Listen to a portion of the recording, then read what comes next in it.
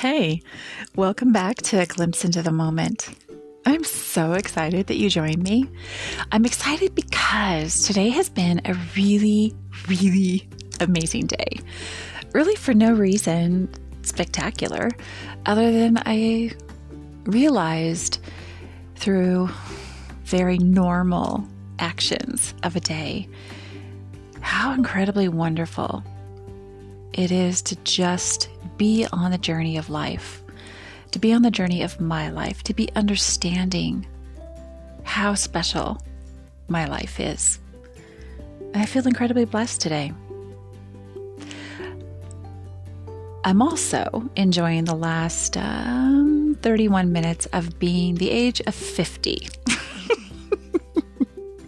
So in 31 minutes, you can help me celebrate being 51.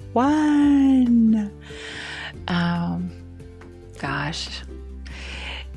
Today I had therapy, and I switched my therapy time around because I had school board tonight, and I needed to be available for my school board training that happened.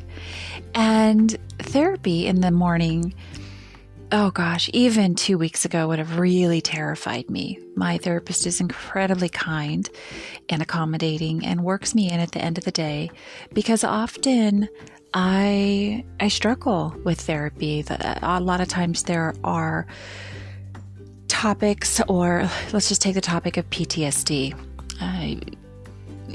PTSD is something I am still working on recognizing and bringing myself out of when it spikes, or when, as I call it, when I'm spinning. And oh gosh, over the last couple of weeks in therapy, just certain topics that have come up have made that PTSD spike, have made me spin. And so then I'm really using those textile, literally touching things, grounding things, putting my feet on the ground, rubbing textures. I'm really having to use those to not lose my entire day. So having therapy in the evenings, as she does, or the end appointment of the day, allows me to have downtime without having an entire day kind of be taken. And typically I work in the morning or do mom things in the morning, and then I have therapy in the later day. And so I don't run the risk of losing a whole day. So always talk to your therapist about what works best for you in timing as well. Therapy can be incredibly draining. Today, though, because I needed my afternoon or my evening free for school board and my commitment to the community, I had to switch it to morning. And so I felt incredibly blessed that nothing that made me spin happened. And I left therapy today really just feeling like I had learned so much. There's all this hard work that goes in, and then after all the hard work, every now and then, and it's literally not every week for me, everybody's different, but for me, it's not every week, it's every now and then. And every now and then I get this incredible privilege of it all just falling into place like waterfall, it's all just coming into perfect vision. Finally, and it means so much when it aligns. Oh, it's so powerful, and it is such a gift. Oh, I love it. Today was one of those days. There was just multiple topics where I wasn't emotional about. I had processed them a lot, and we were able to just talk about that reasoning behind that, and we were able to do some work on more of the outskirts of my recovery from abuse, and it was wonderful because I needed to be mentally healthy for my whole day and for my kiddos and for my community. It was a really good day. Okay, enough about the beginning of my day. Let's talk about the end of my day. School board training was fantastic. As always, Mr. Steve Kelly from Oregon School Board Association. Kudos to you, sir. Hats off. You are a rock star. Absolutely amazing at board development and getting elected officials to work together better. Absolutely loved school board training. And it's just a little blessing that I am privileged to be the board chair and get to coordinate and run those meetings. I enjoy that role. It's a good role for me right now. I do, and I like it. And then after that, it was just a lot of taking care of dogs, doing dishes, cleaning. That got over at 8. And I've been kicking around for a couple of days this idea of the next podcast I wanted to do. And so then it's just kind of been seeding more and more and more, even tonight as my evening was just so late. And even right now it's 11:30 at night. But it's so, for me, it's so important to talk about this topic. And it's going to sound super silly, and I'm going to say it and then we're going to take a short break. But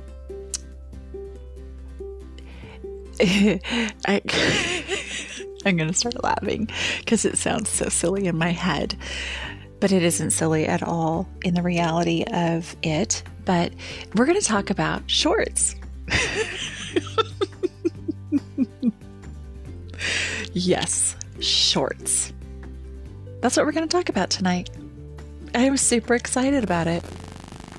Stick around. You do not want to miss why a conversation on shorts is incredibly valuable on breaking a cycle of abuse and your mentally healthy self. Stay with me.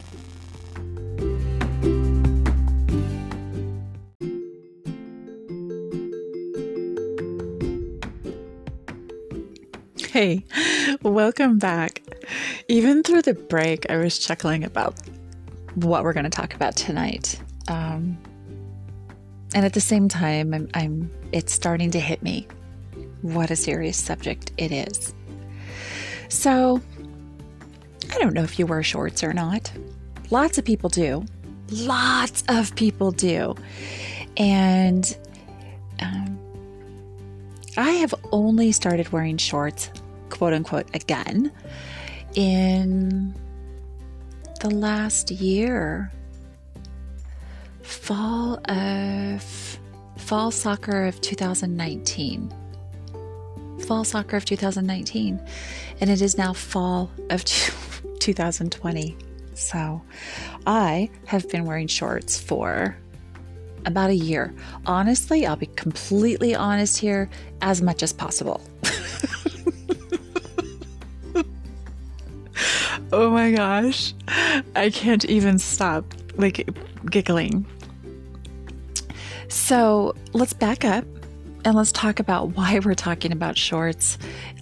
If you haven't guessed it already, what we're really talking about is body shaming and the amount of control that somebody can exert over your mind when they continually, repetitively, through microscopic ways, tell you that your body is not good enough for, and then fill in the blank. You shouldn't wear that sundress. Your arms, well, they're not really very toned. You shouldn't wear shorts. You have cellulite. You shouldn't wear that bathing suit. It's really not right for your body.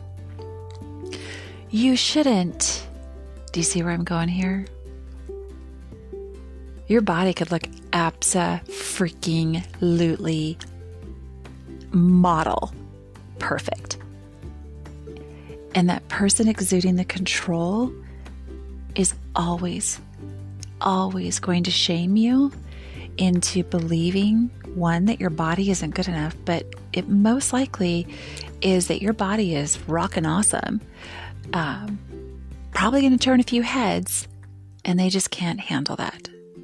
They lack the confidence. They lack the security. They lack the self-worth in themselves to have a partner be brave and courageous enough in their body to wear whatever the fuck they want. That's what we're really talking about here. Kind of disgusting, isn't it? Body shaming is a really, really vile thing.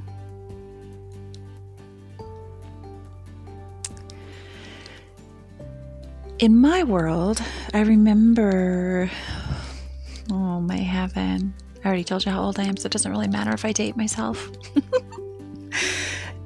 So, with that said, I would have been 18 when I met my ex. Because COVID kicked the divorce, we are now married 28 years and together 34, even though the last, oh my goodness, nearly 2 years has been separating / attempting to gain a divorce.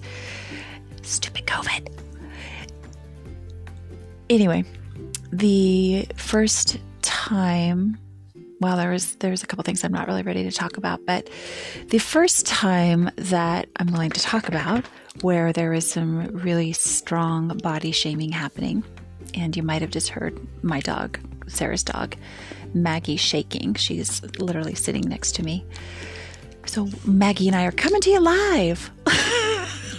Oh, live on today, but anyway, bear with me. So the first time that I'm willing to talk about the body shaming that I recall, we were dating. I was 19, 20. And it honestly, when I look back, I believe the people who knew me then, who I was very pretty, very attractive. I still am, but me at that age of my life, I had nothing to be ashamed of. We'll just park it there. Anyhow, I remember I needed a bathing suit, and we were dating exclusively. It was just me dating him. And I don't remember if I went suit shopping by myself, or if he went with me and then I showed him what I bought, or I asked him his opinion before I bought it. Somehow though, I end up with, at the age of 19 or 20, and a much smaller body than I have now. And I look like a mama now, but I'm curvy and gorgeous. And I was really less curvy, but really gorgeous then also.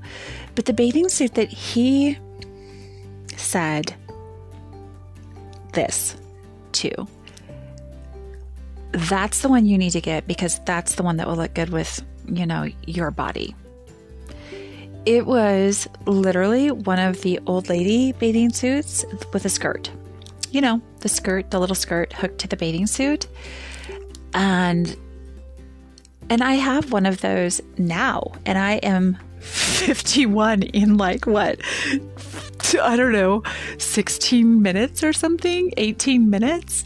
And I have one of those now, and it's shorter, the little tiny wraparound skirt on it, which is incredibly stylish and cute. And it's like a little cover up thing. It is way more revealing than what I had then at the age of 19 or 20. And the seed that he planted in my mind in that statement wasn't that he was jealous, which I'm learning was probably more the case, but it was that I wasn't good enough to wear anything else. And that stuck with me for a really long time. Over time, that bathing suit transformed into never wearing strappy tank top things, or certain dresses, or more recently, shorts.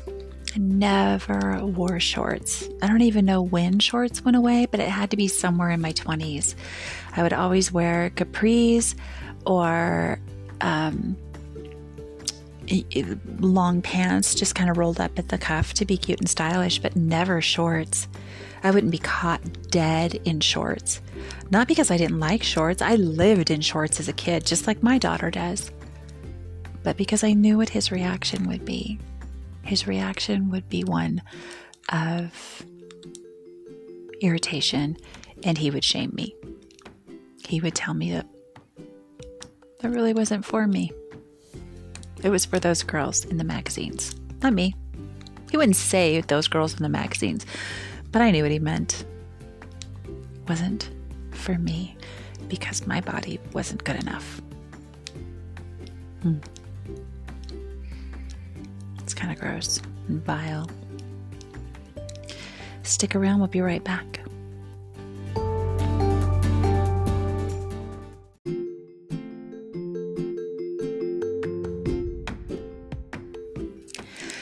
Welcome back.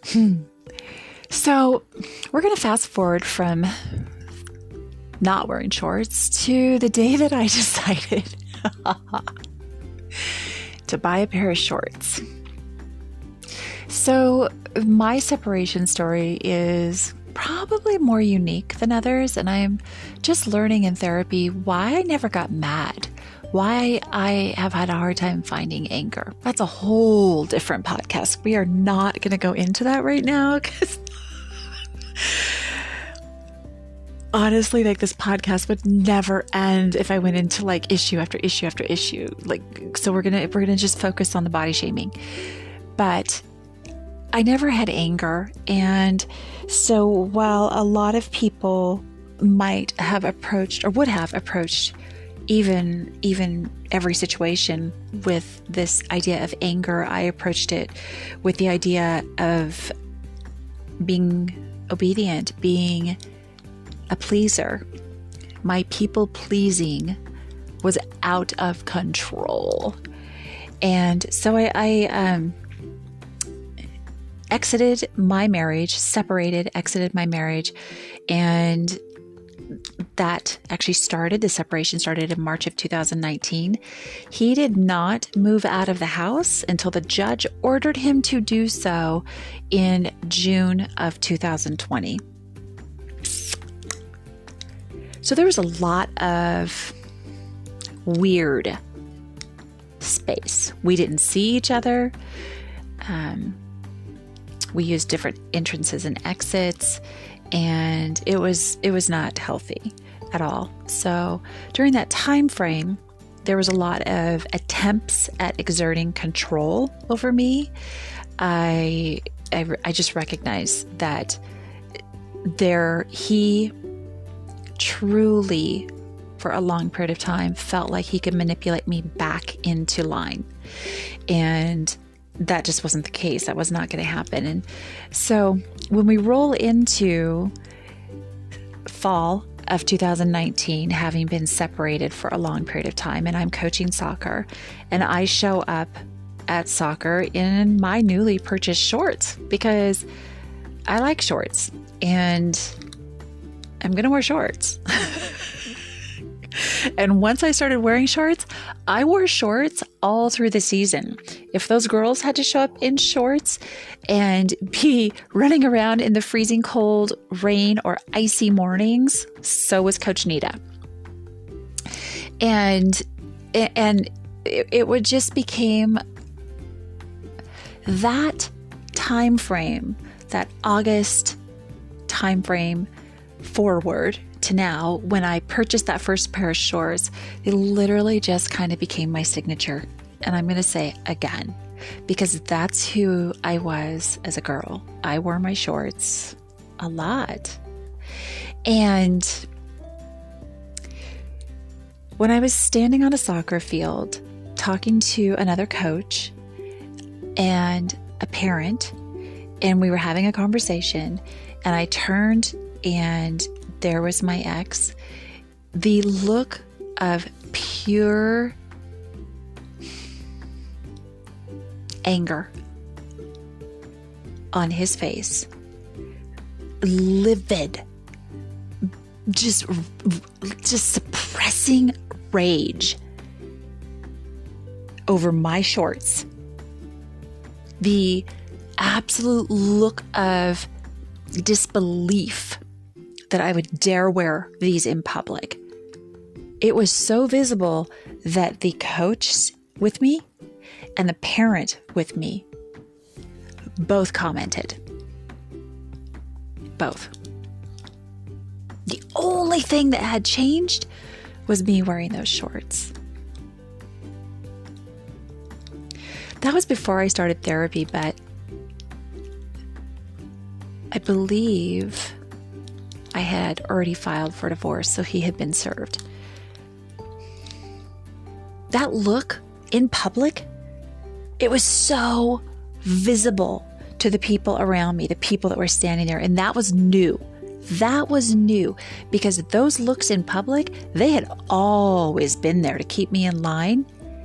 Nasty little comments under his breath in public to control me, to sway me into doing what he wanted to happen.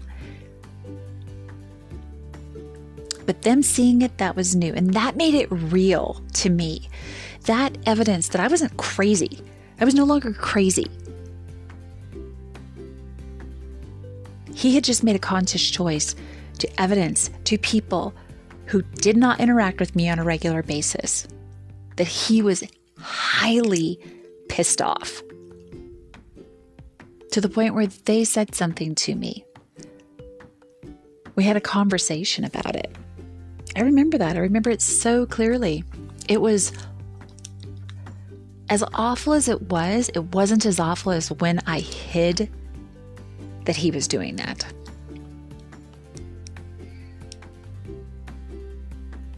And from that moment on, I'll be honest, I really don't get out of shorts too much. The fact that he was so willing to have anger over the fact that I wore a pair of shorts, normal shorts, not even as short as soccer shorts, just shorts, into public. It stuck with me because it evidenced how really, honest to God, how fucked up my life was.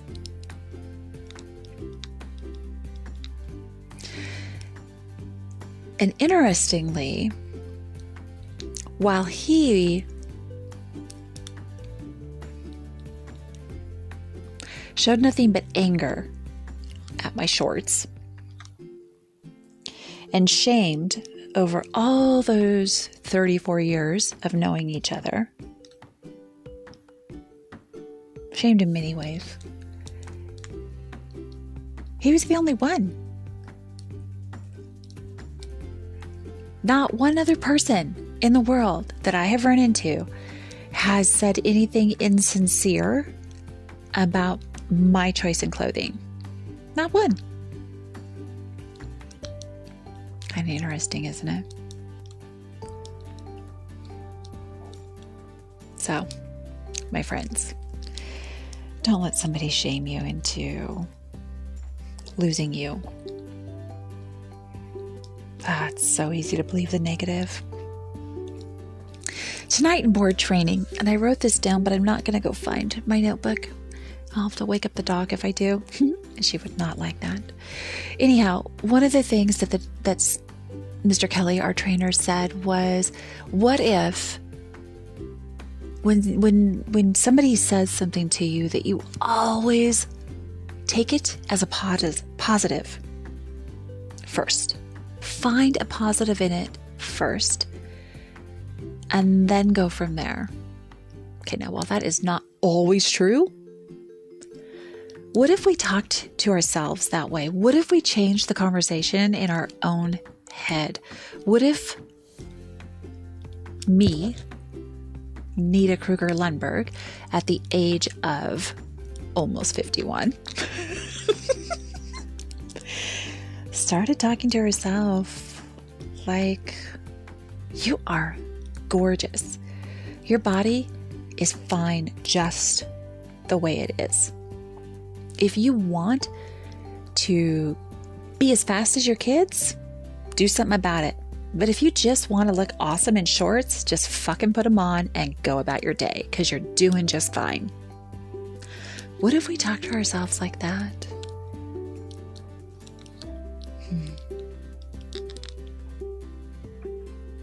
I'm trying.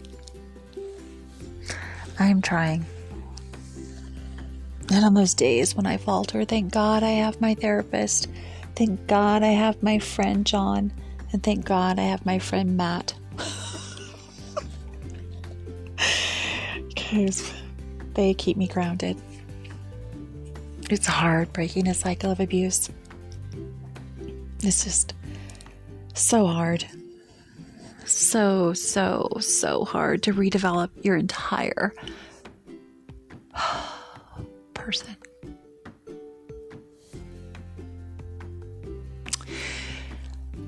As we kind of wrap up our thoughts on this, body shaming is bad. You're like, oh, duh. Thanks for telling us something so obvious. But really what I'm talking about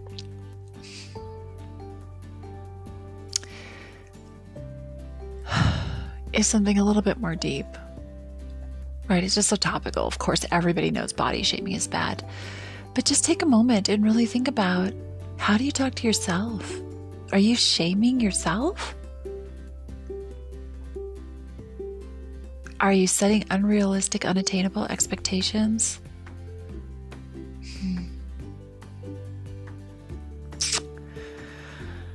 And how are you talking to those around you? I was going to sum up, but I just remembered a really key point. Let me go to a break and come right back, because I want to talk about body shaming in children before we wrap up. So just stick with me. Stick through this break. And I do appreciate you guys listening to my commercial breaks. I wish that it would let me put multiple different commercial breaks in, but it won't. Yet. All right. Stick with me, friends.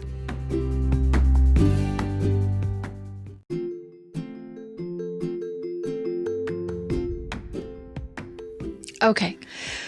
Thanks for sticking around. You're the best. You truly are the best. I have the best listeners. So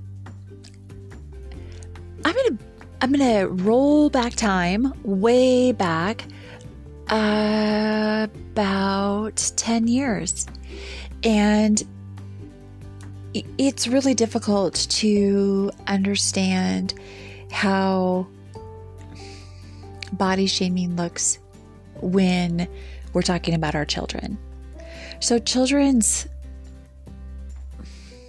little senses of self are developing, and they will love themselves unconditionally if their support system around them teaches them that. And I'll be honest, I thought that's what we were doing. I thought that we were teaching our children unconditional love. In hindsight, 50% of our household was doing trying to teach unconditional love of self, and 50% of our household is simply incapable of self-love in truly any form. Mental illness can be hell. Mental illness, unchecked, unregulated, is hell.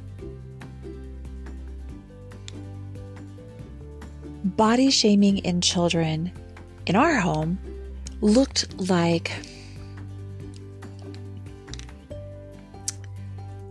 really ugly words around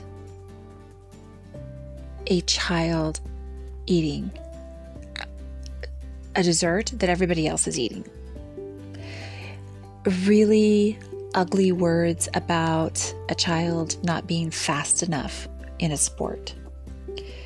Really ugly words around literally the weight of the child.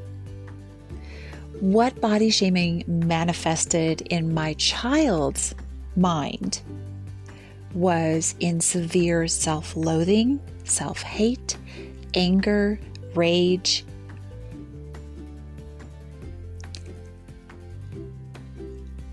Self-harming was the worst. It was the scariest to me. When my child would hit himself, I didn't understand it. I didn't know what to do with it. I read on it. I tried to apply what I read. I visited with my pediatrician. I followed her directions.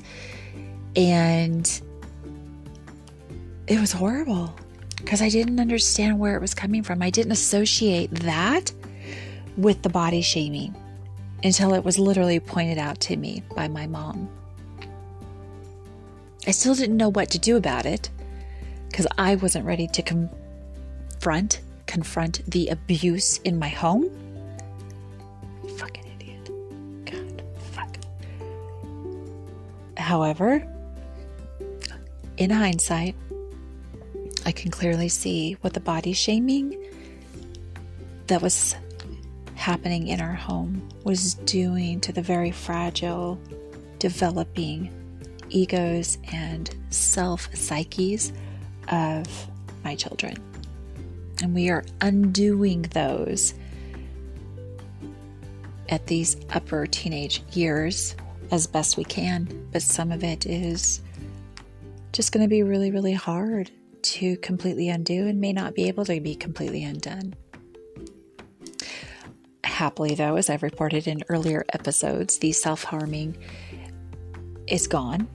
The self-hate, self-loathing, suicidal thoughts are greatly diminished, if not gone, surfacing when there's a relapse in mental positivity. But body shaming can be lethal. For that little kiddo who might have been a little bit on the cuddly side. Oh my God, so freaking cute. His pediatrician was all over it. She literally was all over it. She used real words, I'm using air quotes, like calories. When I grew up as a child, we did not use the word calories. Calories were a dirty word in our house. So having my pediatrician talk about weight in healthy ways and really educate my family on it was wonderful. I wish that she would have realized or asked or pointed out how these other things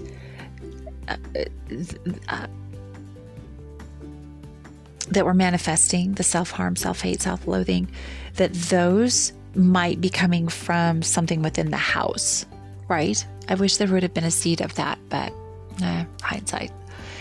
Anyhow, she was all over it. She recognized that he spiked in weight.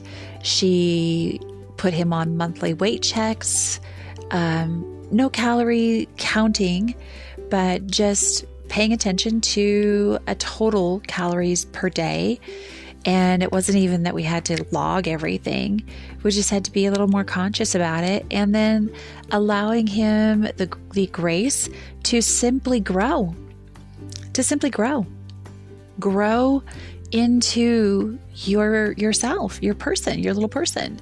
You're just a tiny little person right now. You've got a lot of growing to do. And grow he did. He's now taller than me and I'm 5'10". So he became a non-issue. But it really stemmed back to how I remember sitting at the dinner table sometimes and just hearing the nasty things that would be said and seeing my little boy at the age of 8, 9, seeing tears well up in his eyes. And I remember looking at his dad and bugging my eyes as if to say, what the hell are you doing? And unfortunately, I didn't just fucking throw a dinner plate at his head and make him stop.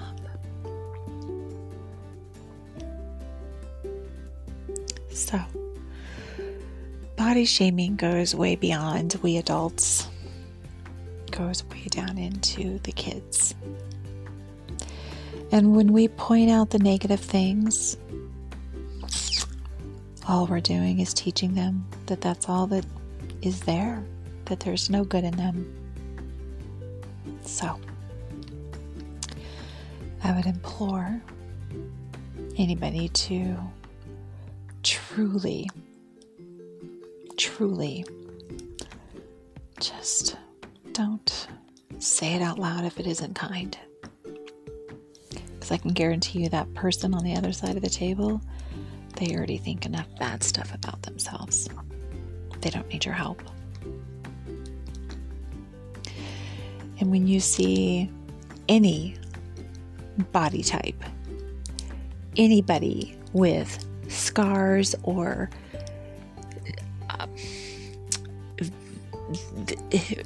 varicose veins or deformities, anybody at all, freaking let them wear whatever they want to wear. Who cares? God. There is no perfect people. There is only perfectly imperfect people. Welcome to the human race. Fucking idiot.